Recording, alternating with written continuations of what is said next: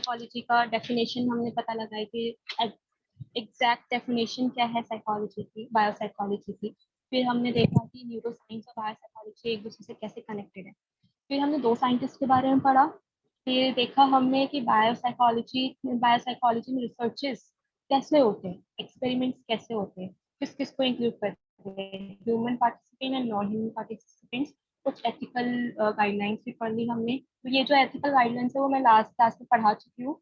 Next जो last topic है वो एथिकल इशू से रिलेटेड ही है, उतना ही है जितना लास्ट सेशन में मैंने पढ़ाया, तो उसको दोबारा पढ़ाने की जरूरत नहीं है। फिर है नेक्स्ट, मैंने मेन डिविजन्स पढ़ाए थे कि बायोसाइकोलॉजी के 6 मेन डिविजन्स होते हैं, और उस 6 मेन डिविजन्स के अकॉर्डिंग ही हम क्या क्या वेरियस मेथड्स जो है यूज करते हैं to use the biopsychology, experimental purpose के लिए भी, सर्जिकल मेथड के लिए भी, और टू ट्रीट द पेशेंट, किसी के लिए भी हम कर सकते हैं। फिर उसके बाद अब जो मेन टॉपिक है वो ये हम पढ़ रहे हैं, मेथड्स टू यूज बायोसाइकोलॉजी, जिसमें से हमने फर्स्ट मेन मेथड पढ़ लिया एब्लेशन मेथड, ये सेकंड मेन मेथड है हिस्टोलॉजिकल मेथड। सुनाई दे रही है ना सबको? हाँ, सुन रहे। तो बेसिकली हिस्टोलॉजिकल मेथड में से आपको वर्ड हिस्टो दिख रहा होगा कि व्हाट इज हिस्टो। ये हिस्टो वर्ड जो है ये क्या है? हिस्टो जहाँ पे भी लगेगा तो इसका मतलब आप टिश्यू के बारे में आप स्टडी कर रहे हो, टिश्यू का स्ट्रक्चर, फंक्शन, उसके अंदर मेटाबॉलिक एक्टिविटीज क्या क्या चल रही है। तो यहाँ पे जब भी हिस्टो की बात आए तो हम टिश्यू के बारे में पढ़ते हैं। तो the study of the tissues and there structure and function is called histology. अब यहाँ पे हमने मेथड्स क्यों लिए हिस्टोलॉजिकल मेथड्स? क्योंकि हमारे brain full of made up of full neurons, nerve cells भी बोल लो या न्यूरॉन्स बोल लो, दोनों एक ही चीज है। उससे हम क्या क्या कॉग्निटिव फंक्शंस हमारे क्या क्या होते हैं, ये सारी चीजें, और क्या डिसऑर्डर्स है या फिर कोई डैमेज एरिया है, उसको पता लगाने के लिए हम क्या करते हैं, टिश्यू का सेक्शन थोड़ा सा कट करते और उसको फर्दर इन्वेस्टिगेट होने के लिए दे देते कि उस एरिया में क्या प्रॉब्लम है।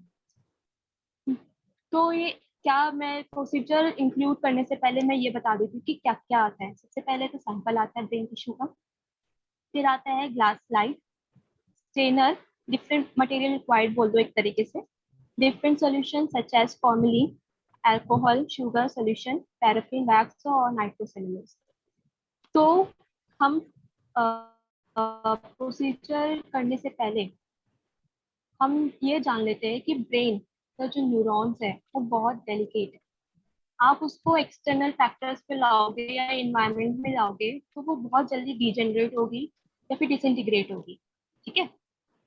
उसको स्टेबिलिटी देने के लिए हम वेरियस मेथड्स यूज करते हैं या फिर बोल लो वेरियस प्रोसीजर्स यूज करते हैं।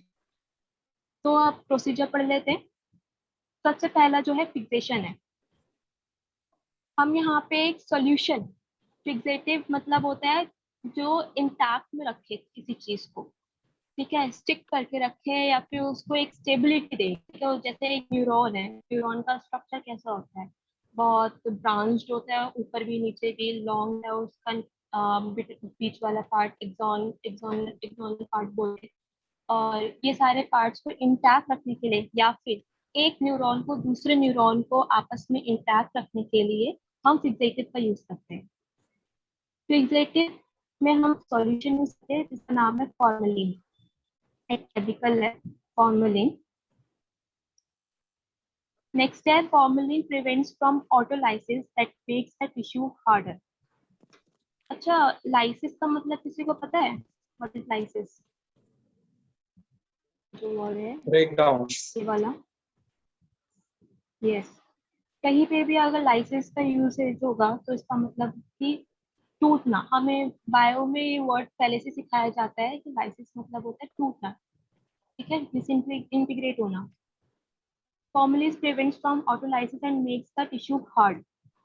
वो रोकता है बट इतना नहीं रोकता है जितना उसको रोकना चाहिए, ठीक है।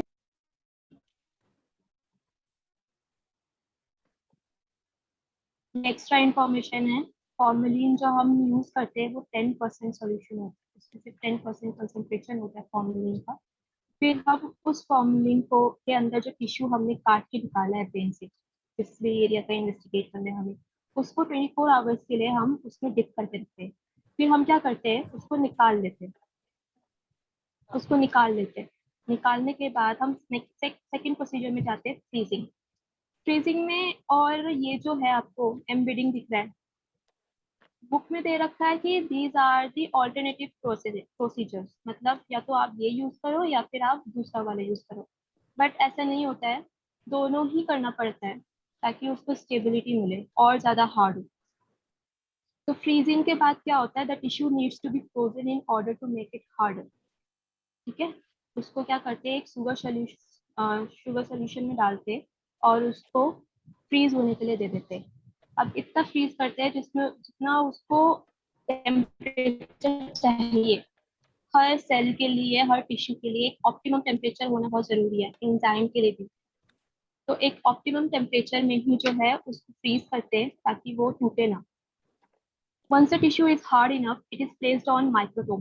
Microtome is a machine which is used to produce several thin sections of the fixed and embedded tissue. एक मशीन आती है, ठीक है, आफ्टर फ्रीजिंग क्या करता है, बहुत मोटा हो जाता है वो जो टिश्यू आपने किसी एनिमल के ब्रेन के पार्ट से निकाला है, ठीक है, वो काफी मोटा हो जाता है, थिक हो जाता है और हार्ड हो जाता है। वो क्या करता है, फिर माइक्रोटोम उसके अंदर आप लोगे वो थिन स्लाइस, मतलब वो थिन सेक्शन जो है आपका, वो उसकी स्लाइस फॉर्म करता है। मतलब अगर आपने एक टिश्यू कहीं से उठाया है तो उसकी कम से कम 50 थिन स्लाइस आराम से बन सकती है। इम्बेडिंग, इम्बेडिंग भी इसके फ्रीजिंग के साथ साथ होता है। क्या होता है, इसमें हम टिश्यू को पैराफिन में, वैक्स, पैराफिन वैक्स या फिर nitrocellulose, it is also a kind of wax, में डिप करके रखते हैं। ठीक है, after getting hard it is cut using microtool. वही बात आ गई कि जब ये मोटा हो जाता है, आसपास पूरे वैक्स से सराउंडेड हो जाता है, तो इजिली वो जो है थिन स्लाइस में कट हो जाते हैं। ठीक है, अब क्या है, अब स्लाइस पे तो कट गए, अब वो उसको स्लाइड में, जो एग्जाम्पल लैब में किसी ने देखा है कि एक ग्लास स्लाइड होता है छोटा सा, किसी ने ऑब्जर्व किया है? अच्छा, कोई साइंस का स्टूडेंट है यहाँ पे, किसी ने ऑब्जर्व किया है ऐसे? Yes, yes.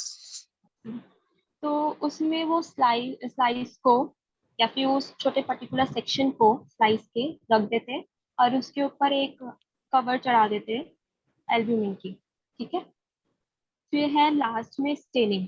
अब ये जितने भी टिश्यू हमने जितने भी प्रोसीजर किया, सिर्फ एक स्लाइस को बनाने के लिए, बट ये जो है विजिबल नहीं है हमारे लिए। जितने भी सेल्स है, सारे We सेल्स need जो है any वो, other medicines from Bhagat? Yes, Hmm. Um, my eye drop. But again, makes sense to only buy it after the appointment. Please mute yourself.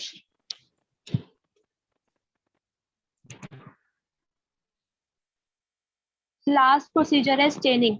हमें सेल्स नेक डाई से नहीं दिखते, बिल्कुल नहीं दिखते। कोई भी सेल्स उठा के देख लो, हमें उसको डाई करने की जरूरत पड़ती है।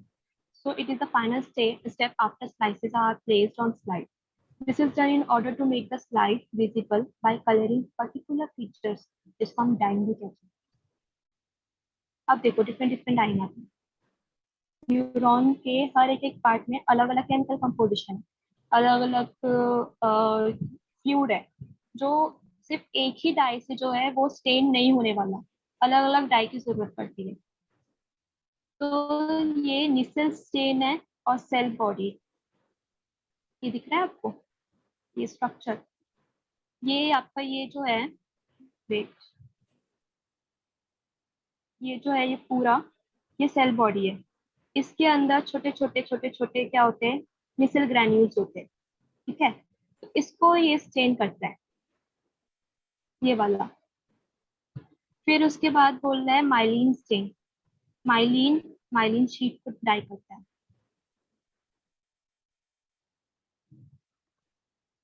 ये वाला। ये जितने भी ये छोटे छोटे दिख रहे हैं आपको, ये सब जो है माइलिन शीट फॉर्म कर रहे हैं, येलो येलो येलो कलर में। ये रेड जो है, रेड के ऊपर जो कवरिंग हो रही है येलो की, वो माइलिन शीट है। फिर है मेम्ब्रेन स्टेन। अब मेम्ब्रेन का आपको पता है ऑल ओवर जो मेम्ब्रेन है उसको स्टेन करने के लिए हम डिफरेंट डाई यूज करते हैं।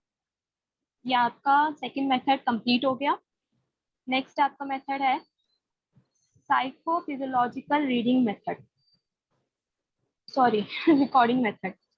ये मेथड मैंने आपको पहले भी डिविजन्स में बता रखा था, बायोसाइकोलॉजी के डिविजन्स, मेन डिवीजन थे कि फिजियोलॉजिकल रिसर्च बोल लो या कुछ भी मेथड बोल लो, ये जो है नॉन इन्वेसिव होता है। इसमें कोई सर्जरी का इंस्ट्रूमेंट्स यूज नहीं होते, नाइफ वगैरह कुछ भी यूज नहीं होती। आप कुछ भी चीज जो है स्कल के अंदर या स्किन के अंदर जो इंसर्ट नहीं करते हो, ठीक है। इसमें बेसिकली हम क्या करते हैं, instead of using the non-invasive method we use the different devices, ठीक है, जो आपके बॉडी सरफेस के ऊपर जो है लगती है। बेसिकली इलेक्ट्रोड्स लगते हैं, छोटे छोटे इलेक्ट्रोड्स लगते हैं। अब वो कितने लगते हैं वो हम इसके डिविजन्स के अकॉर्डिंग पढ़ेंगे। वो लगने के बाद क्या करते हैं, वो हमारे जितने भी स्कल या ब्रेन के जो जितने भी बिहेवियर है उसको रिकॉर्ड करते हैं, या फिर हमारी जो एक्टिविटी हो रही है, आई मूवमेंट हो गया, कुछ भी हो गया, इसकी एक्टिविटी को ये रिकॉर्ड करते हैं। Inclusive method which record activities, ठीक है, चाहे वो नॉर्मल हो या एबनॉर्मल हो, from outside the skull and other parts of the body. यहाँ पे other parts of the body में ये वाला जो है इलेक्ट्रोडर्मल एक्टिविटी, लास्ट मेथड जो है इसका, इसमें हम दूसरे पार्ट्स ब्रेन को और स्कल को छोड़ के हम फिंगर्स में जो है लगाते हैं डिवाइस, ताकि हम जो है डर्मल एक्टिविटी में जो न्यूरॉन्स पाए जाते हैं वो उसकी मतलब एक्टिविटी को हम रिकॉर्ड करने की कोशिश करते हैं, ठीक है। मेथड्स कितने, 5 है। EEG, MEG, EMG, EOG and EDA, इसका शॉर्ट फॉर्म नहीं दिया। EEG और MEG दोनों देखो, एक है इलेक्ट्रोइंसेफेलोग्राफी और एक है मैग्नेटोइंसेफेलोग्राफी।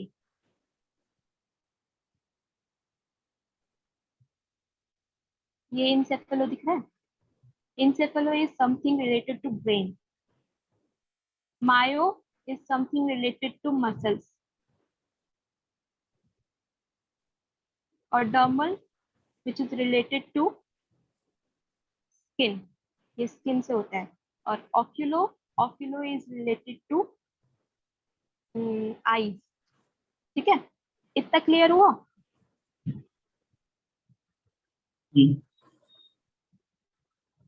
चलो अब फर्स्ट मेथड करते हैं, EEG, इलेक्ट्रोएन्सेफेलोग्राफी। हम यहाँ पे मशीन, हर चीज में ये जितने भी मेथड सब में मशीन यूज होगी। We use electroencephalograph machine. Graph से पता चल रहा है कि यहाँ पे ग्राफ फॉर्मेशन होता है। प्रोसीजर क्या है, electrodes are placed on the scalp of the patient and recording is done on computer. Electrodes, किसी को पता है electrodes क्या होते हैं? What are electrodes?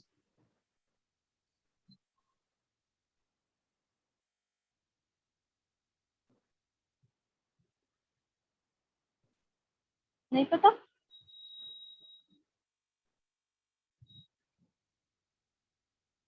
Electrodes एक rods होते हैं पतले पतले, ठीक है।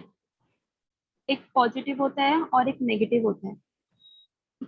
ये जब आप इंसर्ट करते हो किसी भी एरिया में, ये जैसे आपका ये स्कल है, आपने इसमें टच किया, ये इंसर्ट जो भी है, इंसर्ट की तो बात नहीं कर रहे, टच किया तो क्या होगा, एक या ये जो है ये एक डिवाइस से कनेक्ट होता है, दोनों दोनों ही डिवाइस से कनेक्ट होता है और वो इलेक्ट्रिक करंट सेंड करता है, जिस वजह से एक इलेक्ट्रिक फील्ड प्रोड्यूस होती है, जबकि इलेक्ट्रिक करंट ही होती है।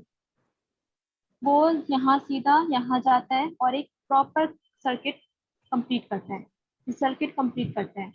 तो ये जो आपके पास यहाँ पे जितने भी न्यूरॉन्स है उसमें भी क्या होता है, करंट फ्लो होता है। करंट फ्लो होने की वजह से क्या होगा, आपकी उस पर्टिकुलर एरिया में एक्टिविटी का पता चल पाएगा। बस इतना ही है। इलेक्ट्रोड्स का मतलब यही है, electrodes are placed on the scalp of the patient and recording is done in the computer. ये छोटे छोटे जो है इलेक्ट्रोड्स है वो डाले जाते हैं ऊपर, प्लेस किए जाते हैं फिर उसके बाद उसको मशीन या डिवाइस से कनेक्ट किया जाता है और एक बड़े से स्क्रीन से कनेक्ट किया जाता है। उसमें सारी एक्टिविटी जो है एक ग्राफिकल फॉर्म में शो करती है, नॉट इन इमेज फॉर्म नहीं करती है, सिर्फ ग्राफिकल फॉर्म होती है।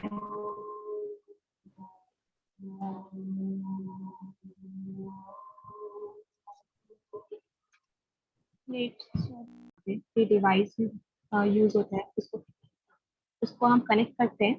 कनेक्ट करने के बाद फिर हम वो स्क्रीन में शो करते हैं, उसकी एक्टिविटी जो है उसकी स्क्रीन में शो करती है, ग्राफिकल में, नॉट इमेजिनरी। ठीक है। फिर उसके बाद है ग्राफ इमेज।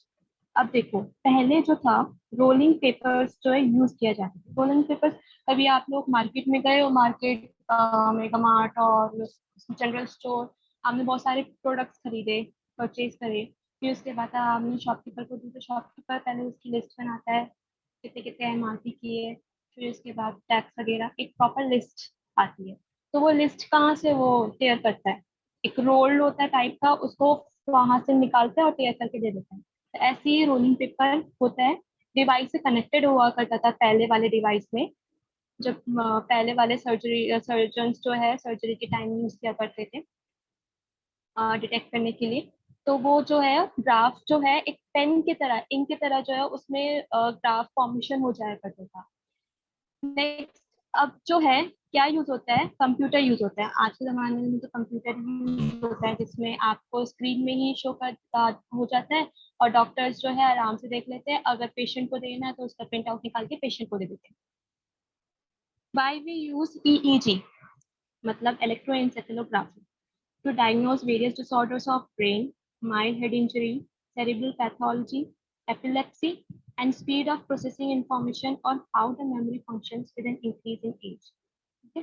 यही है डिसऑर्डर्स को डायग्नोज करने के लिए, कौन कौन से ब्रेन डैमेज तो नहीं हुआ, कहीं ट्रॉमा तो नहीं हो गया, या फिर पैथोलॉजी, कोई माइक्रो ऑर्गेनिज्म ने अटैक तो नहीं कर दिया।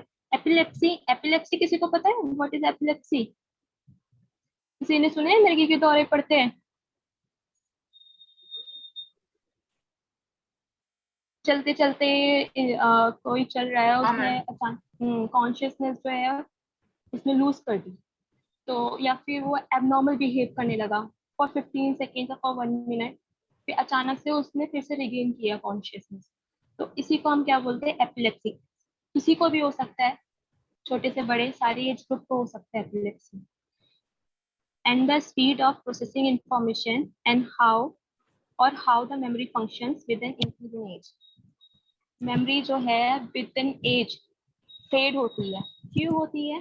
क्योंकि हमारे न्यूरॉन्स रीजनरेट होने शुरू हो जाते हैं। हमारे न्यूरॉन्स, हम जब बॉर्न होते हैं तो सिंस बर्थ हम जितने नंबर ऑफ न्यूरॉन्स के साथ पैदा होते हैं, उतने ही हमारे टिल डेथ रहते हैं। कोई रिप्रोड्यूस मतलब यस रिप्रोड्यूस या सेल डिवीजन वगैरह कुछ भी नहीं होता है न्यूरॉन्स का।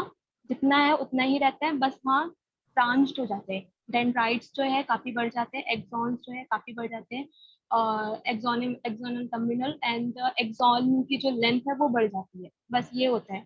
तो जैसे जैसे एज आती है वैसे वैसे जो ये जो न्यूरॉन्स हैं वो क्या करना शुरू हो जाते हैं, डीजनरेट होना शुरू हो जाते हैं। अब डीजनरेट होंगे तो ऑब्वियसली मेमोरी जो है हमारी फेड होगी विद एज। एडवांटेज क्या है ईईजी का? मिली सेकेंड्स में ये आराम से मेजर करके दे देता है एक्टिविटी को। लिमिटेशन क्या है?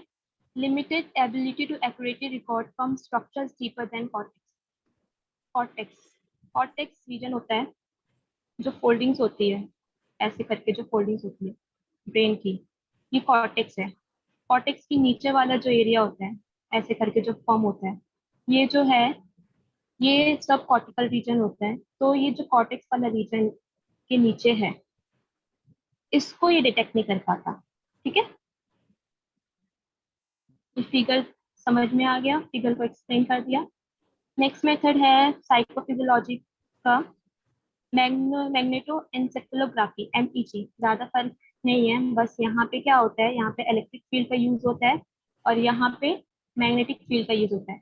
यहाँ पे एक डिवाइस लगाया जाता है ऊपर, उसमें क्या होता है, मैग्नेटिक फील्ड जो है वो प्रोड्यूस करते हैं। अब मैग्नेटिक फील्ड जब प्रोड्यूस होता है तो यहाँ देखो ये जितना भी है न्यूरॉन्स, इसमें इलेक्ट्रिकल कंडक्शन होता ही होता है। इलेक्ट्रिकल इम्पल्स तो कैरी होते ही है, हमारे जो केमिकल ट्रांसमिशन होते हैं और इलेक्ट्रिकल ट्रांसमिशन भी होते हैं, दोनों तरीके के होते हैं। तो ये जितना भी वेव्स छोड़ेंगे मैग्नेटिक फील्ड वेव्स, वो इसको इंड्यूस करेंगे इस एरिया को।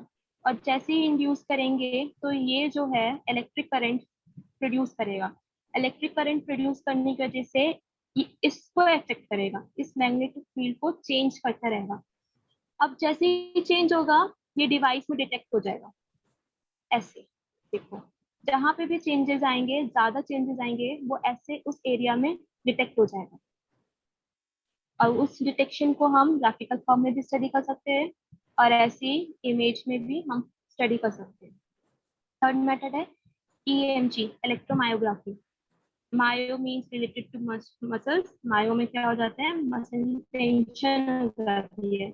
मसल टेंशन हो जाती है का मतलब कि वहां पे अगर हमने कोई स्टिमुलस दिया, स्टिमुलस देने के बाद वहां पे जो मसल्स पे क्या रिस्पॉन्स आया कि वो सही से एक्टिविटी कर रहे हैं नहीं, या फिर उसका मैकेनिकल प्रॉपर्टी क्या है, वो ढंग से कर रहा है या नहीं, वो हम इलेक्ट्रोमायोग्राफी से करते हैं। अब यहाँ पे मसल्स इसलिए इंक्लूड किया है क्योंकि मसल्स में न्यूरॉन्स जो है भरे हुए रहते हैं, पूरे न्यूरॉन्स ही होते हैं, क्योंकि वो बहुत ही ज्यादा सेंसिटिव एरिया होता है। हम अपने बॉडी को मूव करने चाहते हैं तो हमारा ब्रेन सिग्नल देता है, किसको, मसल्स को देता है। ठीक है, ये जितने भी रिस्पॉन्सेज है वो हमारे मसल्स में ही जाके रीच होते हैं। नेक्स्ट है, ये देखो यहाँ पे ये कैसे बना है।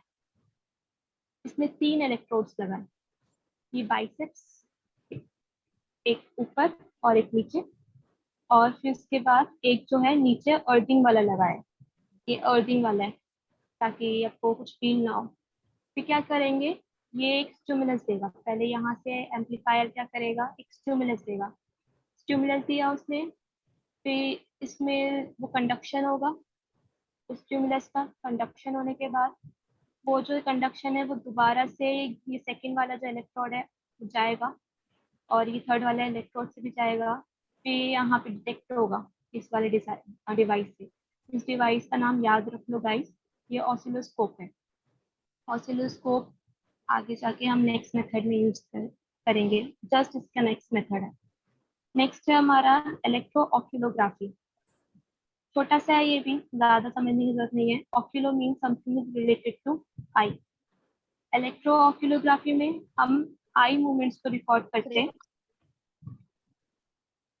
यस, आई मूवमेंट्स को हम रिकॉर्ड करते हैं इलेक्ट्रोड्स लगा के। कहाँ कहाँ लगाएंगे, कुछ सेंटर में लगाएंगे, कुछ लेफ्ट गेज में लगाएंगे जहाँ पे आप देख रहे हो लेफ्ट एरिया में, कुछ राइट गेज में लगाएंगे, और फिर उसके बाद दो, और कैसे लगाएंगे, कुछ आगे की तरफ लगाएंगे और कुछ पीछे की तरफ लगाएंगे। यहाँ पे एक चीज ऐड करना भूल गई, यहाँ पे ये चीज है कि फ्रंट और बैक दोनों ही इलेक्ट्रोड जो है उनमें जो है वोल्ट का फर्क आता है। फ्रंट वाला कम वोल्ट का होता है, लेस करंट कैरी होते हैं, और इसमें बैक वाले में ज्यादा वोल्ट का होता है बस। और उसके अकॉर्डिंग क्या होता है, डिटेक्शन होती है। लास्ट मेथड है ये हमारा इलेक्ट्रोडर्मल एक्टिविटी। ये मैंने इसी से ले लिया क्योंकि इसमें समझाना आसान था। It says that two main indices of the electrodermal activity are skin conductance level,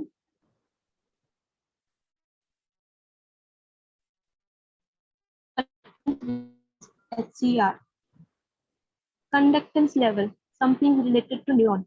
हमारा जो भी स्किन का एरिया है, ये हमारा स्किन है, ठीक है, उसके जस्ट नीचे जो है न्यूरॉन्स होते हैं, छोटे छोटे न्यूरॉन्स होते हैं। ठीक है, अब ये जो न्यूरॉन्स है बहुत सारे होते हैं नीचे।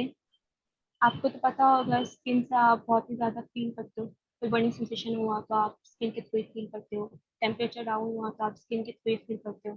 तो फुल ऑफ न्यूरॉन से भरा हुआ रहता है हमारा स्किन। तो कितना इसका लेवल है कंडक्टेंस का, कि वो कैसे वो केमिकल ट्रांसमिशन या नर्व इम्पल्स जो है वो कैसे कंडक्ट कर रहा है, उसका लेवल क्या है वो डिटेक्ट करता है। और और जो कंडक्टेंस है उसका, जो हम मोटर न्यूरॉन्स बोल लो, उसका रिस्पॉन्स क्या आया है वो डिटेक्ट करता है। कैसे डिटेक्ट करता है?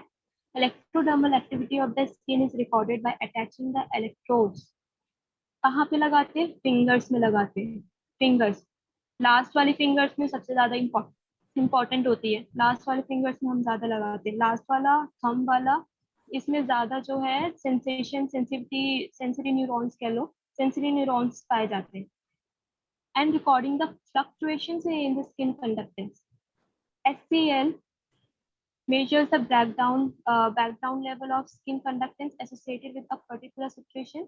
SCR is a transient change in skin conductance associated with distinct experience. ठीक है, समझ में आ गया? Then there are different kind of emotional stimuli. Emotional stimuli यहाँ पे external हो गया या फिर internal हो गया. Variations are produced in the skin conductance due to the change in the sweat glands activity. चलो अच्छा बताओ, इमोशनल में जैसे आपको डर लग रहा है, कोई हॉरर मूवी देख लो, तो क्या होता है? गूज़बम्स आ जाते हैं।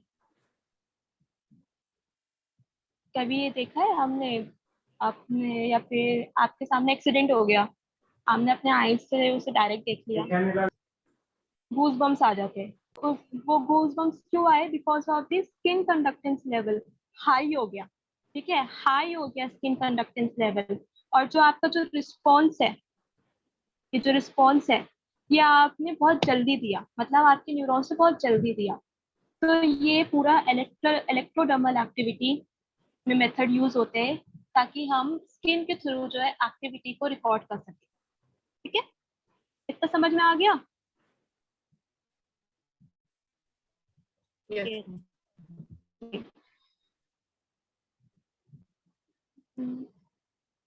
हमने अब तक 3 मेथड्स यूज कर लिए, मतलब समझ लिए। फोर्थ मेथड क्या है? Electrical stimulation.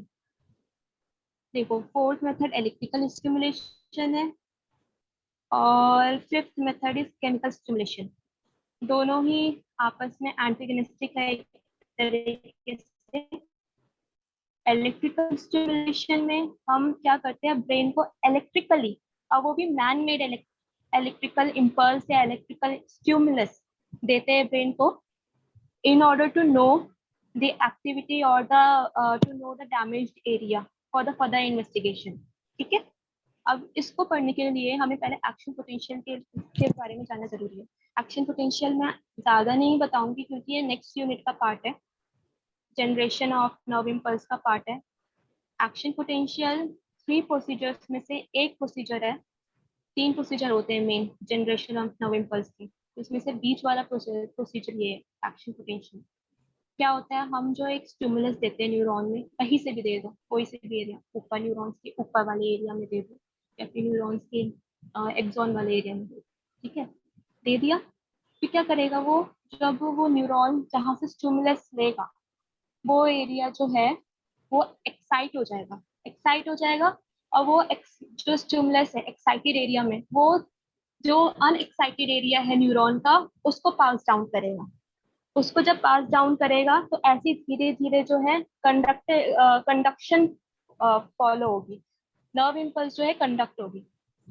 तो it is the one of the process in generation of nerve impulse and is in conductance status due to the stimulation is given on one end of neuron. बस मैं इतना बताऊंगी, बाकी जो है वो आपके नेक्स्ट यूनिट में। ये एक्शन पोटेंशियल जाना है ताकि हम इलेक्ट्रिकल स्टिमुलेशन पढ़ सकें। देखो क्या है? brain is stimulated electrically to gain information about the working of various neural system भी बोल दो। इलेक्ट्रिकली हम देते हैं, हम बाहर से एक स्टिमुलस देते हैं, इलेक्ट्रिकल स्टिमुलस, जिसकी वजह से एक एक्शन पोटेंशियल क्रिएट होता है। Here the stimulus is given which cause change in resting membrane. पहले न्यूरॉन क्या था? रेस्टिंग पोजीशन में थी, कोई उसमें स्टिमुलस नहीं आई हुई थी। फिर जैसे ही हमने उसको क्या किया? स्टिमुलस दिया, उसके वो क्या हो गया? एक्शन पोटेंशियल जो है इनिशिएट हो गया। पोटेंशियल पता है? ऐसे ही बता दो, बहुत सारी जगह में हम पढ़ते। Potential Energy. Energy. Power. Is it power?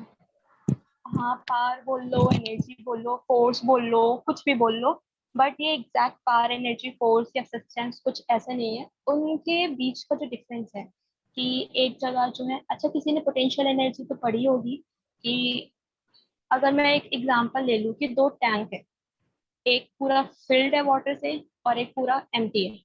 दोनों को मैंने एक पाइप से कनेक्ट कर रखा है, नीचे लगा रखा है मैंने।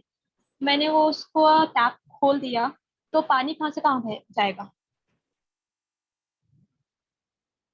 फ्रॉम वैसे फील्ड वन टू, खाली from field one two empty one.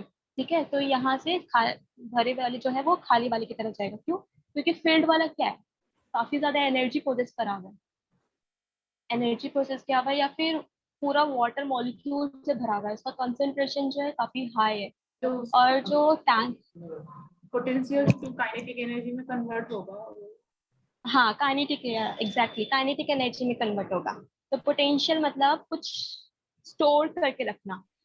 तो यहाँ पे हाई टू लो कंसंट्रेशन की बात आ जाती है, which creates when there is a difference between energy or substances। ठीक है, एक्शन पोटेंशियल का भी यही बात हो गई कि एक जगह स्टिमुलस काफी कंसंट्रेटेड है और एक जगह नहीं है, तो फ्लो कहाँ होगी? From high to low. Electrodes, यहाँ पे देखो इलेक्ट्रिकल स्टिमुलेशन में हम दो तरह के इलेक्ट्रोड्स यूज करते हैं, micro electrodes and macro electrodes. Electrodes, electrical stimulus is given by the electrode, क्या तो पता होगा इलेक्ट्रोड के बारे में। यहाँ माइक्रो इलेक्ट्रोड्स फाइन मेटल होता है, काफी निडल निडल शेप टाइप होता है जो इंसर्ट किया जाता है, इन्वेसिव होता है। ठीक है, इन्वेसिव मतलब सर्जिकल बोल लो। मैक्रो स्टील वायर होता है, स्टील वायर थोड़ा मोटा होता है, and are placed either on scalp, scalp के ऊपर विदाउट इन्वेजन और inside the brain. Electrical recording can be two types: chronic recording, acute recording। Chronic, chronic और एक्यूट में बस फर्क जान लो, अपने आप समझ में आ जाएगा। क्रोनिक मतलब होता है जो काफी लॉन्ग टर्म के लिए हो, एक्यूट मतलब होता है for the short period of time. तो इलेक्ट्रिकल रिकॉर्डिंग वो रिकॉर्डिंग जैसे जो किसी को, कोई पेशेंट है, उसको कोई डिजीज हुआ है या डिसऑर्डर है काफी लॉन्ग टाइम के लिए, अब वो उसको हमने ये वाला मेथड अप्लाई किया है, इलेक्ट्रिकल, इलेक्ट्रिकल वाला स्टिमुलेशन वाला।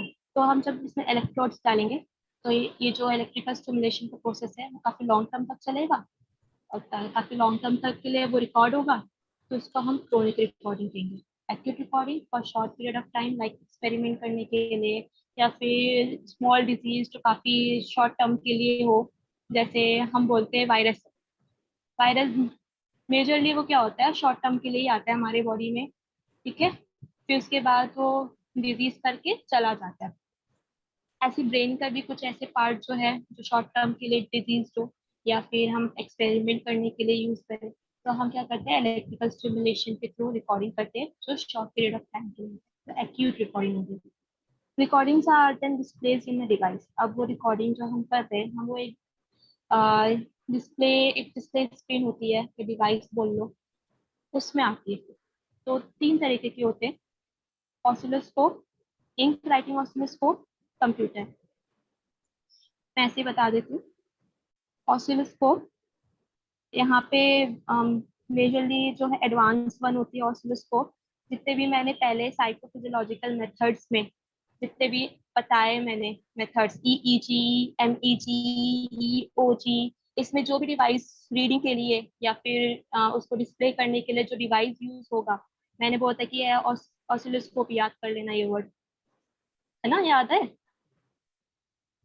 इलेक्ट्रोमायो वाले में अब मैंने बोला था कि एक डिवाइस है उसको याद कर लेना। तो ये वही है, डिवाइस है, एडवांस डिवाइस है। इसमें जो है कुछ नहीं, बस स्क्रीन में डिस्प्ले हो जाता है, डिस्प्ले होने के बाद उसी में जो है देखते, डिटेक्ट करते, बस ये है। Use to record the activity of one single neuron. एक न्यूरॉन ऑब्वियसली एडवांस है, वन सिंगल न्यूरॉन तक वो डिटेक्ट हो सकता है। It can amplify the action easily heard by the researcher. Amplify मतलब हाई पिच कर देना। Increase, right? Hmm? It means increase. Amplify means increase something. Yes, increase the volume या फिर increase the level of waves। Wave जो है, तो मैं यहाँ ड्रॉ करके दिखा देती हूँ। अगर वेव ऐसे है, ठीक है, तो वेव जो ऐसे ऐसे हो जाएगी, ठीक है।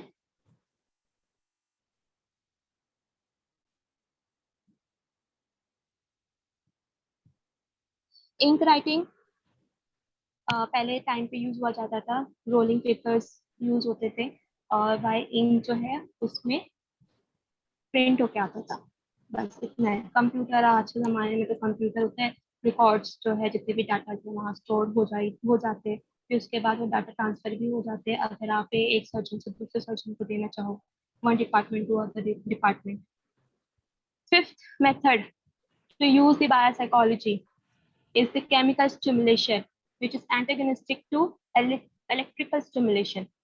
यहाँ पे हम केमिकली जो है स्टिमुलेट करते हैं ब्रेन को, चाहे आप उसको ड्रग्स दो, ड्रग्स केमिकल, या फिर आप न्यूरो केमिकल्स दो। न्यूरो केमिकल्स वो केमिकल्स है जो आपके न्यूरॉन्स में पाए जाते हैं, बट हम अगर मैनमेड न्यूरो केमिकल्स की बात करें तो वो न्यूरो केमिकल्स जो कॉम्पोजिशन जो है से रिजेंबल करते हैं न्यूरॉन्स के अंदर के न्यूरोकेमिकल्स के जैसे, बट स्लाइटली डिफरेंट होता है, ठीक है।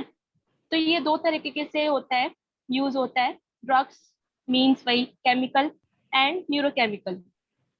Chemical are use for stimulation and make lesions in brain. Drugs can be given by, अब कैसे देते हैं बॉडी में हम ड्रग्स जो है कैसे देते हैं, इंजेक्शन के थ्रू, और स्टमक में डायरेक्ट हम ट्यूब घुसा देते हैं, इंसर्ट कर देते हैं। हाँ, yes. Can you tell the difference between ablation and lesion? Lesion in something, the wound or injury, ठीक है, the discontinuity of the tissue or the dysfunction of the tissue जो आपको wound की तरह दिखेगी.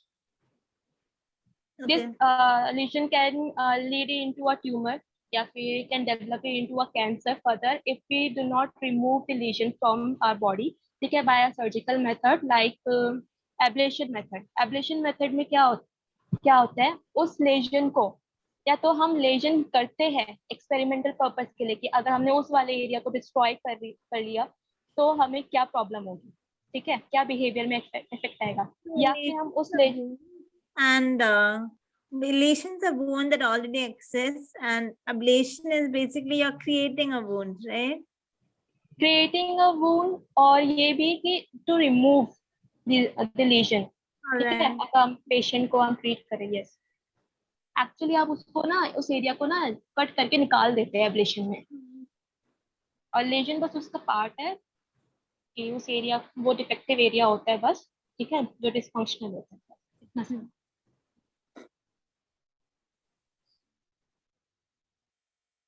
ड्रग्स कैसे दिए जाते हैं बॉडी में केमिकल स्टिमुलेशन में, तो इंजेक्शन होता है, और इंजेक्शन या तो बाय वीन या डायरेक्ट स्किन मसल्स में, या फिर on the fatty tissues in the body. Fatty tissues just skin के नीचे जो है हमारे फैट जो है एक्यूमुलेट होता है, उस टिश्यू में हम डालते हैं, या फिर to Tube into the stomach directly is a cannula, right? What A cannula. The tube is called a cannula, right? It is a kind of disease method. Cannula is a method. Um, okay, Cannula is Uh, the tube that's that goes into your cannula, अच्छा, she is saying cannula, मुझे सुनाई दी ऑक्यून्यूला। Okay, Oh, sorry. Cannula आपको, जब आप अगर hand cannula देखोगे तो हैंड कैन्यूला कैसा होता है, जब आप कोई ग्लूकोज चढ़ा रहे होते हो, It was there in yesterday's class, I think. The class before dripping for this. dripping, yes, but for brain it is a long tube, but यहाँ पे कैन्यूला यूज नहीं होता, वो काफी स्ट्रॉन्ग और रॉड शेप का रॉड मटेरियल होता है, तो कैन्यूला नहीं घुसाते उसमें, कोई फ्लेक्सिबल चीज इंसर्ट करते हैं, फ्लेक्सिबल ट्यूब, और उसके थ्रू जो है आप ड्रग्स दे देते हो। So this Like, tube is different from cannula. मैं बताती हूँ कैसे। ये इंसर्ट करने का मतलब नहीं है, इट इज सर्जिकल मेथड। आप बाय माउथ भी डाल सकते हो पाइप No, को। this tube is different from cannula. Yes, और वही तो बोल रही हूँ मैं। Cannula is a rod shape, long rod shape instrument, okay. जो सिर्फ स्कल स्कल में ही आप इंसर्ट कर सकते हो। ब्रेन का अगर हम कैन्यूला देखोगे, यहाँ पे डिफरेंट टाइप का ट्यूब मिल जाता Okay. है।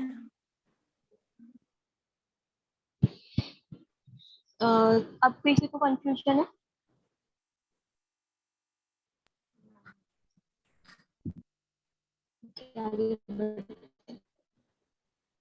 टेक्निक्स देखते हैं। 3 टेक्निक्स है बेसिकली। एक 2DG, ठीक है, इन विवो वोल्टमेट्री। इन विवो वोल्टमेट्री और सेरेब्रल डायलिसिस जो है, ये बेसिकली सेम ही है, तो हम पहले ये पढ़ लेते हैं। ये एक ड्रग है। Technique the deoxyglucose technique is a radioactive drug and is injected in the animal। ठीक है, यहाँ पे एनिमल की बात कर रहे हैं, पेशेंट की नहीं, ह्यूमन की बात नहीं कर रहे हैं। अब जब हम ये 2DG डालेंगे एनिमल में, तो या तो हम उसको क्या करेंगे, स्ट्रॉन्ग डोज देंगे पहले हम ड्रग का, ताकि वो एनिमल मर जाए। ठीक है, the researcher waits till it is absorb by the brain. पहले ड्रग जो है न्यूरॉन्स के थ्रू एब्सॉर्ब होते हैं। After animal is killed and brain is removed, जब वो मर जाता है तो हम उसका स्कल खोल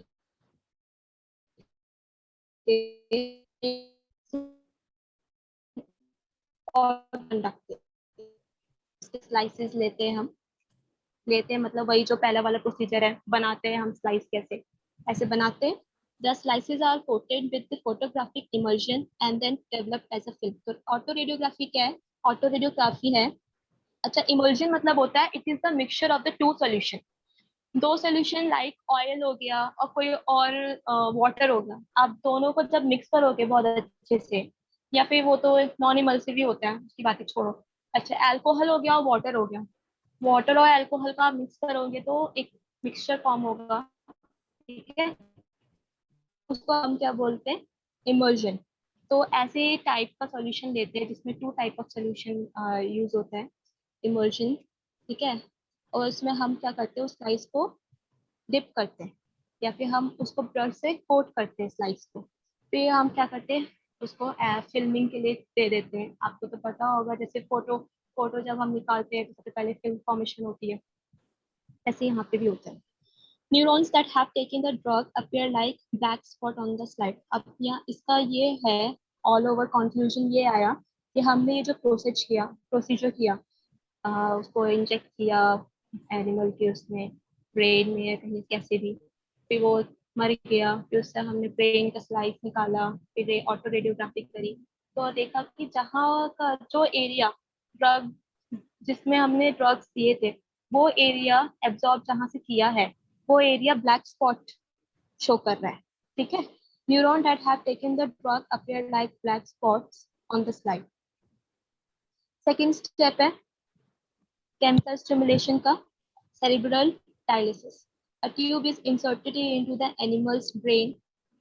इसमें ट्यूब डाली जाती है, animal is then engaged in an activity। तो यहाँ पे क्या है, एक बहुत इंपॉर्टेंट चीज है, यहाँ पे एनिमल जो है कॉन्शियस रहता है, और उसको नॉर्मल एक्टिविटी करने को देते हैं, कि कुछ भी अगर वो गेज कर रहा है तो गेजिंग में तो करता है, या फिर वो कुछ बैठा हुआ है, सो रहा है, कुछ भी है, उसको नॉर्मल एक्टिविटी करने देते हैं। फिर क्या करते हैं, उसमें अंदर जो है हम न्यूरोकेमिकल रिलीज करते हैं। Animal is then engaged in an activity and the neurochemicals released while the animal is active। These chemicals are collected and analyzed using the chromatograph। Neurochemicals, हम वही मैंने आपको पहले बता दिया था कि न्यूरोकेमिकल्स जो है वो मैनमेड होते हैं। न्यूरोकेमिकल्स उन केमिकल्स को बोलते हैं जो न्यूरॉन्स के अंदर पाए जाते हैं, और ये जो है बाहर से डालते हैं, इंसर्ट करते हैं एनिमल के अंदर, तो वो मैनमेड होते हैं।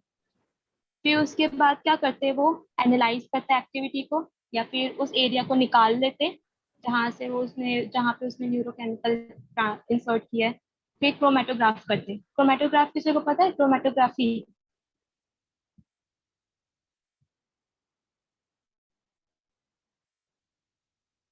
क्रोमेटोग्राफी बेसिकली एक पेपर होता है। क्रोमेटोग्राफी पेपर का अगर मैं बताऊँ तो क्या होता है, सोल्यूशन को सोल्यूशन सोल्यूशन में आप बताओ क्या क्या हो सकता है। अगर मैं शुगर सोल्यूशन बोलूँ, Compounds, right? Hmm, Separating compounds. yes, separating the compounds, ठीक है, present in a particular solution, और separating the pigment, ये सारी चीजें जो है हम सेपरेट करते हैं। तो यहाँ पे एक आएगा, एक कंपाउंड आएगा, ठीक है, दूसरा यहाँ पे आएगा, तीसरा यहाँ पे, ऐसे ऐसे ऊपर चढ़ता चले जाते हैं। तो यही जो है, ये प्रोसेस जो है क्रोमेटोग्राफ हो जाता है, ठीक है। ये इन विवो वॉल्टीमेट्री सेम, हम न्यूरोकेमिकल जो है डालते हैं, रिलीज करते हैं उसके अंदर, ब्रेन के अंदर, फिर उसके बाद उस एनिमल को वही सेम प्रोसीजर है उसका एक्टिविटी में इंगेज कर देते हैं। इंगेज करने के बाद हम उसके सेरिब्रल डायलिसिस करते हैं। डायलिसिस मतलब लाइसिस, उसका सेक्शन कट कर होता है, डायलिसिस करते हैं, ठीक है। ये दो प्रोसेस है इलेक्ट्रिकल में, सॉरी केमिकल स्टिमुलेशन में, immunocytochemistry and micro iontophoresis. Immunocytochemistry में देखते क्या है, process which helps to locate the presence of the neuroproteins in the brain. यहाँ पे ये पता लगाता है कि ब्रेन में न्यूरोप्रोटीन्स लोकेट कर पाता है कि न्यूरोप्रोटीन्स कहाँ पे, ठीक है। न्यूरोप्रोटीन्स प्रोटीन्स है जो न्यूरॉन्स के अंदर पाए जाते हैं। नेक्स्ट यूनिट में हम जनरेशन ऑफ इम्पल्स में देखेंगे, उसमें एक लाइन दी भी होगी नोट में कि ड्यूरिंग द प्रोसेस या during the conduction the inner part of the या फिर inner space of the membrane, axonal membrane contain the neural proteins, ठीक है, which is negative in nature. तो यही वो न्यूरोप्रोटीन्स है। Each neurotransmitter responds to its specific receptors during a synapse. ये साइनप्स ये जो है न्यूरॉन का एंड पार्ट है, एक्सॉन टर्मिनल बटन कहते हैं। इस प्रोसेस को हम साइनप्स कहते हैं। Micro iontophoresis, process that involve ejection of charged molecules used to apply drugs or chemical to nerve cells. Basically ये हमारे नोट्स जो इन नोट्स में ढंग से समझाया नहीं। इसका मतलब है हम बाहर से कोई केमिकल देते हैं जिसके वजह से हमारे न्यूरॉन्स की मेम्ब्रेन्स चार्ज्ड मॉलिक्यूल्स अपने इंटरसेलुलर स्पेस से, अंदर वाला जो एरिया है मेम्ब्रेन का, उससे वो बाहर इजेक्ट आउट करते हैं, बाहर की तरफ आउटर सेलुलर स्पेस में देता है, ठीक है। तो माइक्रो आयनटोफोरेसिस यही है। हमारा मेथड्स टू यूज बायोसाइकोलॉजी, स्टेरियोटाइपिफिकेशन, छोटा सा है, मैं ऐसे बता देती हूँ। स्टेरियोटाइपिक एक टेक्निक होती है जिसमें हम डिवाइस का यूज करते हैं या मशीन का यूज करते हैं। मॉनिटरिंग मशीन होती है, वो अगर कोई सर्जन सर्जरी कर रहा होता है तो वो कैसे पता लगा पाएगा कि उसको अगर ब्रेन के इनर पार्ट में उसको सर्जरी करनी है एकदम प्रिसाइजली, तो वो पता कैसे लगा पाएगा कि वो जो है उसी एरिया को टच कर रहा है। तो एक मॉनिटरिंग डिवाइस होता है, उसमें वो सारा अंदर का 3D इमेज या एटलस बोल लो, मैपिंग जो है शो कर रही होती है, और उसके थ्रू जो है वो अंदर जो है प्रोसीजर करता है, ठीक है, या फिर सर्जरी जो है वो करता है।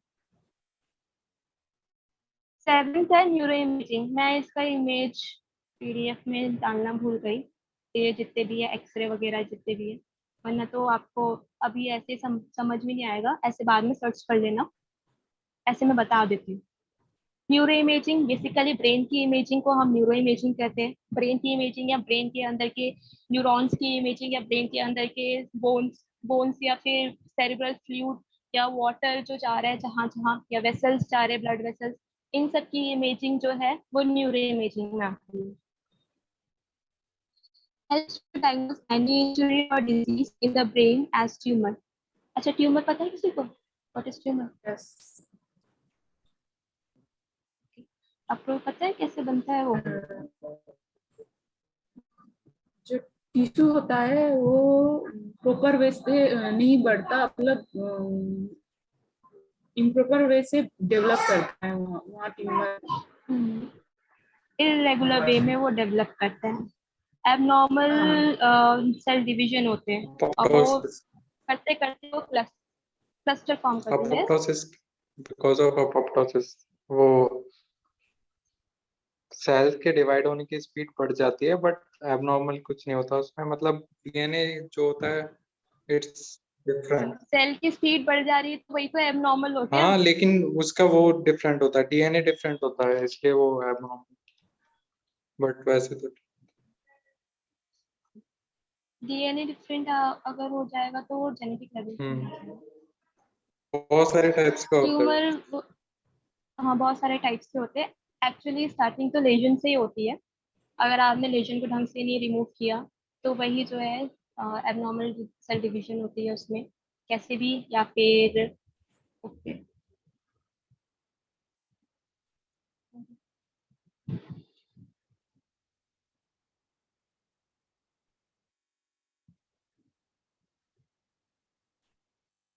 Am I audible? Yes. Yes. Okay.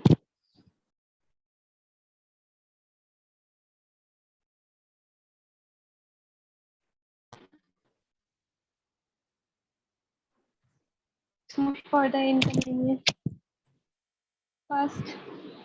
First method हम देख लेते हैं एक्सरे टेक्निक। एक्सरे टेक्निक के बाद आपका सीटी स्कैन आ गया और एमआरआई आ गया। एमआरआई के बाद डायरेक्ट यहाँ पे फंक्शनल एमआरआई आ गया। फिर ये एक न्यू आएगा, ये तो आप सब जानते होंगे, what is x-ray, what is scan, what is MRI. ये आपके लिए न्यू है, PET scan and DTI and TMS, diffusion tensor imaging and transcranial magnetic stimulation. तो हम एक्सरे के बारे में पढ़ते हैं। एक्सरे नॉर्मली हम और पूरे बॉडी में जितने भी, बेसिकली हम बोन तो डिटेक्ट वहां पे क्रैक ना आए या फिर कुछ हो।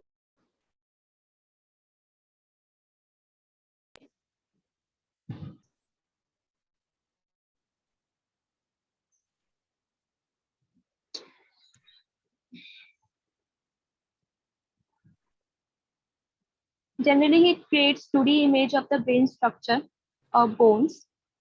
Use X-ray radiation to produce image. देखो ये एक्सरे जो है सीटी स्कैन से एक ही चीज में फर्क है, और भी इसमें फर्क है। ये जो है 2D इमेज क्रिएट करता है, बट सीटी स्कैन जो है 3D इमेज क्रिएट करता है। ये बहुत नॉर्मल प्रोसीजर है ब्रेन के स्ट्रक्चर को पता लगाने के लिए, ज्यादा एडवांस नहीं है एक्सरे। यहाँ पे एक्सरे रेडिएशन रिलीज करता है। एक्सरे रेडिएशन बोल लो, एक्सरे वेव्स बोल लो, हमारे बहुत डिफरेंट टाइप्स ऑफ वेव्स होती है। रेडियो वेव्स होती है, माइक्रोवेव्स होती है, यूवी रेज होती है, एक्सरे रेज होती है, ठीक है, जिसमें से ये एक्सरेज उसी वेव में से आती है। उस एक्सरेज को जो है हमारे बॉडी से जो है क्रॉस सेक्शन के थ्रू पास कराया जाता है और उससे वो रिफ्लेक्ट होके, बोन से रिफ्लेक्ट होके वापस आ जाती है। तो जहां से भी वो रिफ्लेक्ट होके वापस आ रही है वहां का वो इमेज फॉर्म हो जाता है, ठीक है। Conventional x-ray did not help much in observing the neural activity. अब हमने देखा कि एक्सरे तो जनरली हम बोन्स के बारे में, स्ट्रक्चर के बारे में कि कैसा स्ट्रक्चर है उसके बारे में, हम किसी भी पार्ट का बॉडी का उसको डिटेक्ट करने के लिए यूज करते हैं। तो न्यूरल एक्टिविटी तो हमें पता ही नहीं चल पा रही ना कि अंदर क्या प्रोसेस हो रहा है उसके, या फिर न्यूरॉन्स जो है वो कैसे ले डाउन है हमारे ब्रेन में, ये जितने भी है वो इससे फाइंड करने में डिफिकल्टी आ रही थी। तो न्यू मेथड आया, कॉन्ट्रास्ट एक्सरे मेथड। ये क्या है, इसमें दो मेथड है, न्यूरोएंसेफेलोग्राफी, सेरेब्रल एंजियोग्राफी। पहले देख लेते क्या है कॉन्ट्रास्ट में। A substance is injected into one compartment of the body that absorbs X-ray. This create a contrast X-ray photograph. क्या करते हैं,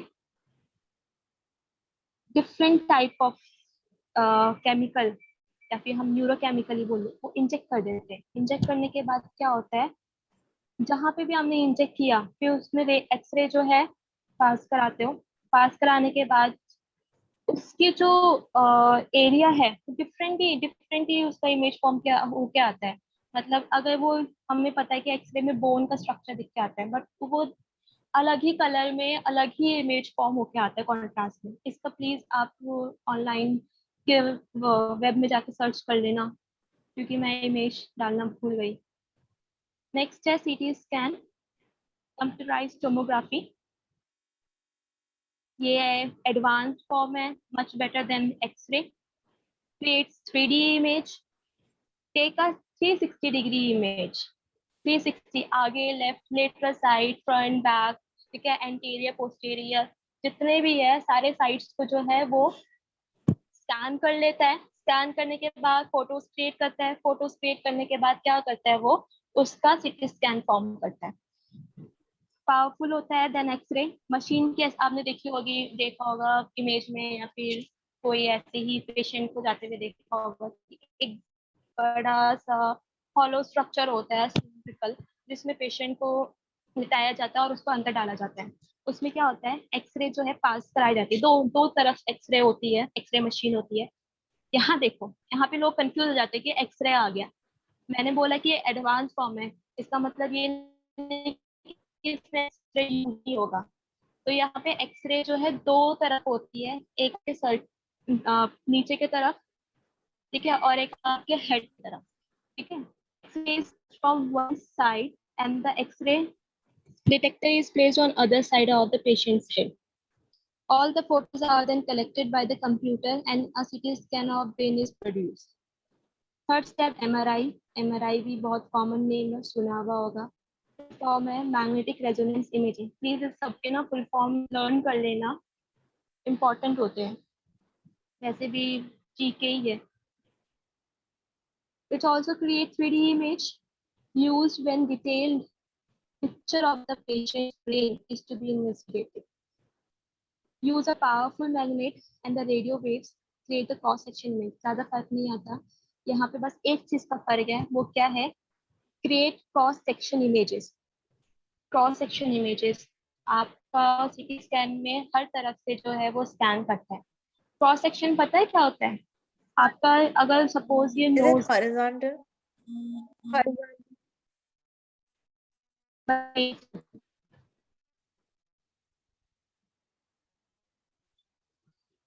और यहाँ पे मैग्नेट मैग्नेट पावरफुल मैग्नेट लगा हुआ होता है और उससे रेडियो वेव्स रिलीज होती है। Radio waves is different from X ray waves. Fourth है PET scan, positron emission tomography. Positron, अब कोई साइंस का बच्चा है तो पॉजिट्रॉन आराम से। पॉजिट्रॉन हमारे जो न्यूक्लियस है उसी के अंदर पाया जाता है पॉजिट्रॉन, बस। तो ये पॉजिट्रॉन के थ्रू जो है ये स्कैनिंग करता है, बहुत अच्छी स्कैनिंग करता है। देखते हैं, PET scan detect the changes in the metabolic activity taking place in the brain। ये ज़्यादा प्रिसाइजली जो है स्कैन करता है, जो भी हमारे न्यूरल नर्व्स में या फिर न्यूरल एक्टिविटी में जो भी मेटाबॉलिक एक्टिविटी चल रही है। Metabolic is something chemical related या फिर बॉन्ड, केमिकल फॉर्मेशन या केमिकल बॉन्ड रिलेटेड जितनी भी एक्टिविटी चल रही है उसको डिटेक्ट कर पाता है। Not provided any structural information about the brain. इसके बस यही प्रॉब्लम है कि ये जैसे एक्सरे हो गया, सीटी स्कैन हो गया, वो स्ट्रक्चरल इंफॉर्मेशन देती है, ये स्ट्रक्चरल इंफॉर्मेशन नहीं देती। It is an invasive method. Guys यहाँ देखो, यहाँ पे यूज हो रहा है 2DG।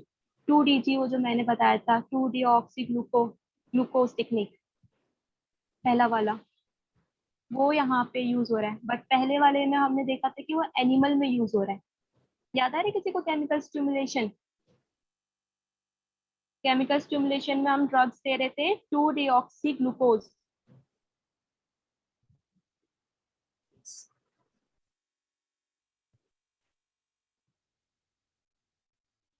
नहीं याद है, कोई बात नहीं। मैं अभी ना इसके बाद पढ़ाने से, इतना कवर अप करने के बाद क्वेश्चंस पूछूंगी। तो ये देते थ्रू इंजेक्शन, कैसे भी वेरियस वेज पेशेंट को देते, बट यहाँ पे पेशेंट मरते नहीं है, क्योंकि मारे नहीं जाते हैं यहाँ पे। When 2DG is absorbed by the patient is given a task to do and recording are made. ठीक है, यहाँ पे मतलब स्मॉल डोजेस में हम ये ड्रग दे रहे हैं 2DG, और फिर उसके बाद तो उसको एक टास्क दिया जाता है और बोला जाता है कि ये करो, और जैसे जैसे वो टास्क कैसे भी करता है, कैसा भी बिहेवियर वो शो करता है, उस बिहेवियर को फिर रिकॉर्ड करके उसका एक इमेज फॉर्म होता है। ठीक है, फिफ्थ है fMRI. FMRI functional MRI, different है ये एमआरआई से, बस एक क्या है इसमें, आपको लग रहा होगा इसमें magnetic resonance image, magnetic waves तो यूज होती है, बट इसमें क्या है प्रॉब्लम, बस ये क्या करता है, it measure the changes in blood flow पहले। Currently it is use in cognitive neuroscience and medical diagnosis. पहले किस चीज में यूज होता था, ब्लड फ्लो हो गया, मतलब आपके ब्लड लेवल में कितना आयरन, ब्लड में आपका कितना हीमोग्लोबिन लेवल है, ठीक है, या फिर बीपी कितना हाई एंड लो है, ये जितना भी है ये आपका मेजर करता था। दूसरा है आपका अभी जो यूज होता है अभी, वो आपके अब कॉग्निटिव प्रोसेस में यूज होने लगा है, वरना तो ये ज्यादा इम्पोर्टेंट नहीं है। बेसिकली ये इसमें ब्लड फ्लो या हीमोग्लोबिन लेवल चेक करने के लिए, ये सारी चीजें चेक करने के लिए यूज होती है। नेक्स्ट है DTI. DTI is the diffusion tensor image. बहुत इंटरेस्टिंग इमेज है, इसका सर्च करना, मजेदार है, एकदम कलरफुल दिखेगा। ठीक है, काफी ऐसा लगेगा ये कुछ ज्यादा ही एडवांस है बाकी सारे मेथड्स से। जैसे आप सर्च करोगे ना, तो ऐसा लगेगा कि आप एक एक न्यूरॉन्स जो है आराम से रीड कर पा रहे हो, काफी अच्छा स्ट्रक्चर बन के आते हैं।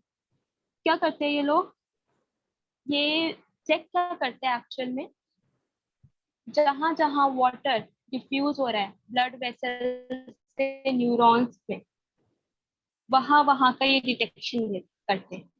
मतलब हमारा पूरा ब्रेन न्यूरॉन्स के अलावा ब्लड वेसल से भी भरा हुआ है, इंटरकनेक्टेड है। तभी तो बोलते हो ना वाटर जो है ज्यादा पीना चाहिए ताकि हम जो ऑक्सीजन लेवल जो है हाई रहे। अगर वाटर अगर हम कम पियेंगे तो हमारा ब्रेन का ऑक्सीजन लेवल डाउन हो जाएगा। इसलिए हो जाएगा क्योंकि हमारा जो है जो वाटर जो है वो ब्रेन तक पहुंचता है और फिर उसके बाद डिफ्यूजन करता है। डिफ्यूजन एक मेथड होता है जिसमें high concentration to low concentration without the expenditure of ATP और without the expenditure of energy process होता है डिफ्यूजन। ठीक है, समझ में आई डीटीआई? कोई डाउट है डीटीआई में? प्लस यहाँ पे सिर्फ जहां जहां वाटर जाएगा ब्लड वेसल्स के थ्रू और डिफ्यूजन करेगा न्यूरॉन्स में, वहां वहां का डिटेक्शन ये शो करेगा। बस इसमें यही है। TMS is the transcranial magnetic stimulation. Cranial is the skull. Cranial का दूसरा नाम skull है। ठीक है, technique that inactivates the neurons of the cortical region. अब देखो यहाँ पे मैंने बोला स्कल और ये बोल रहा है कॉर्टिकल रीजन, है ना। मतलब ये आपका स्कल है और ये आपका कॉर्टिकल रीजन है।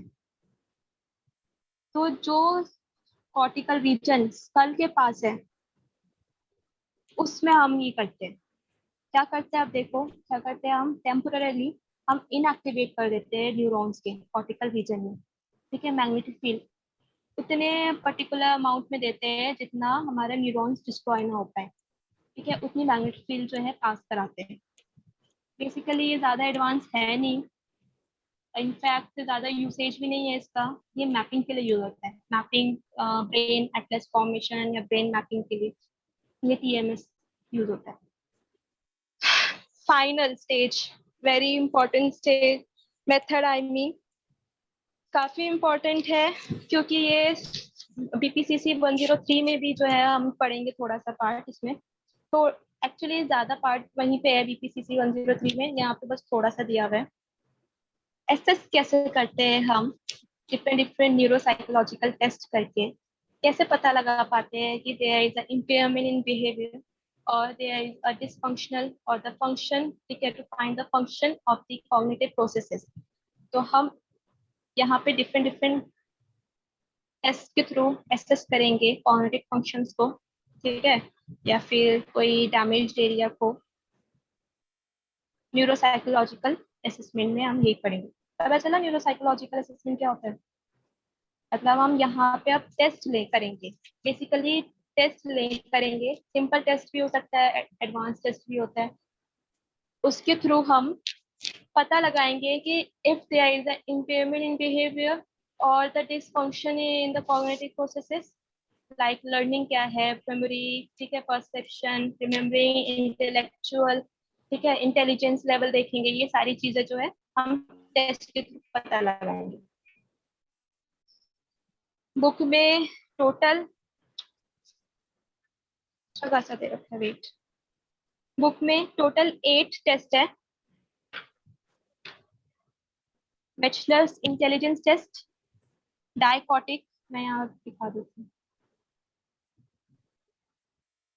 ये bachelors intelligence test, dichotic listening test, फिर है Halstead Reitan neuro psychological test battery, फिर आपका आ गया oh shit,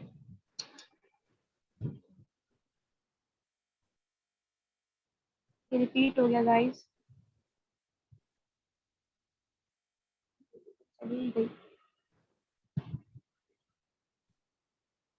साइकोलॉजिकल बैटरी,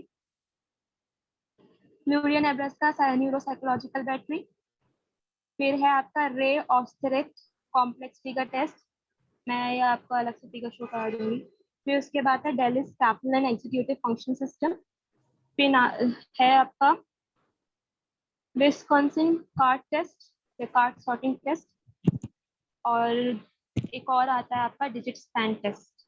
ये जितना भी है ये सारे टेस्ट होते हैं, डिफरेंट डिफरेंट साइकोलॉजिस्ट ने किए इसको। सबसे पहले आपको मैं विचलर्स इंटेलिजेंस टेस्ट बता देती हूँ, ये टेबल देखो अच्छे से। डेविड विचलर ने किया इन्वेंट, कौन सी ईयर में किया, 1939 में। क्या इसने एसेस करा, ठीक है, टेस्ट उसने किस बेसिस में किया, वो है आपका इंटेलिजेंस स्केल।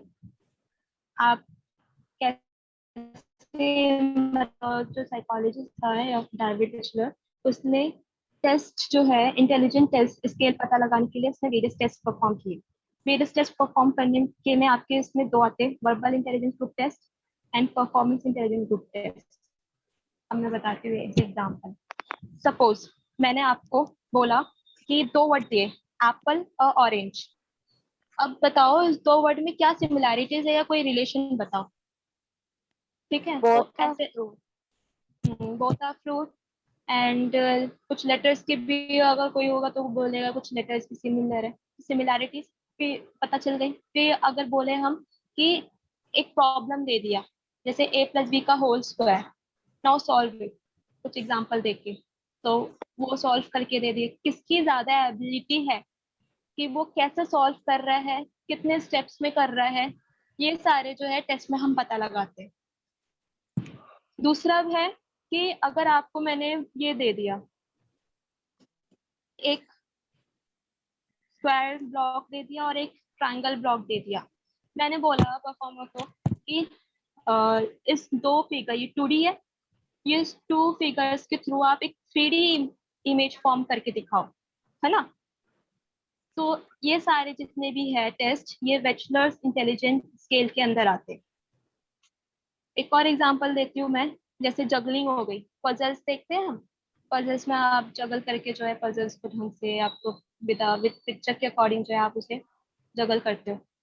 फिर आपका ऐसे ऑब्जेक्ट असेंबली हो गई, एक गेम आया था या फिर है अभी भी, ये ट्यूब है, इसमें डिफरेंट कलर है, ये ट्यूब है, इसमें डिफरेंट कलर है, ठीक है। इस कलर, इसमें रेड है, इसमें रेड है, इसमें ब्लू है, इसमें येलो है, ठीक है, और ये इसमें जो है रेड है, ग्रीन है और वाइट है। तो ऐसा चीज करो कि ऐसे कलर्स को मिक्स करो ताकि वो सेम कलर एक ट्यूब में आ जाए और दूसरा सेम कलर दूसरे ट्यूब में आ जाए। तो ये जितने भी टेस्ट है ये सारे बैचलर इंटेलिजेंस स्केल के उसमें आते हैं, पता लगाने के लिए कि वर्बल उसका लर्निंग पार्ट, मेमोरी पार्ट जितने भी है वो कितना एक्टिव है। तो इसने जो है बैचलर इंटेलिजेंस टेस्ट ने डेविड ने 3 तरीके के टेस्ट किए अकॉर्डिंग टू देयर एज। एक है WAIS, WAIS का मतलब है बैचलर्स एडल्ट इंटेलिजेंस स्केल। इसने एडल्ट के ऊपर अप्लाई करने की कोशिश करी, एडल्ट मोर देन 16 ईयर्स। फिर उसके बाद WISC bachelors intelligence scale for children. Children के उसने एज ग्रुप बताया, नॉर्म दिया कि 6 to 16 ईयर्स के बीच में जो बच्चे हैं उसमें हम ये वाला टेस्ट करेंगे, ये पर्टिकुलर टेस्ट होता होगा। फिर नेक्स्ट है आपका WPPSIR Wechsler pre school and primary scale of intelligence R. ठीक है, ये फॉर प्री स्कूल और प्राइमरी वाले बच्चे जो 4 to 6.5 ईयर्स के बीच में आते हैं। बैचलर इंटेलिजेंस के समझ में आ गया एग्जाम्पल? क्लियर है सबको? मैम बाकी नेक्स्ट डे करें। एक मिनट, टाइम क्या हो रहा है?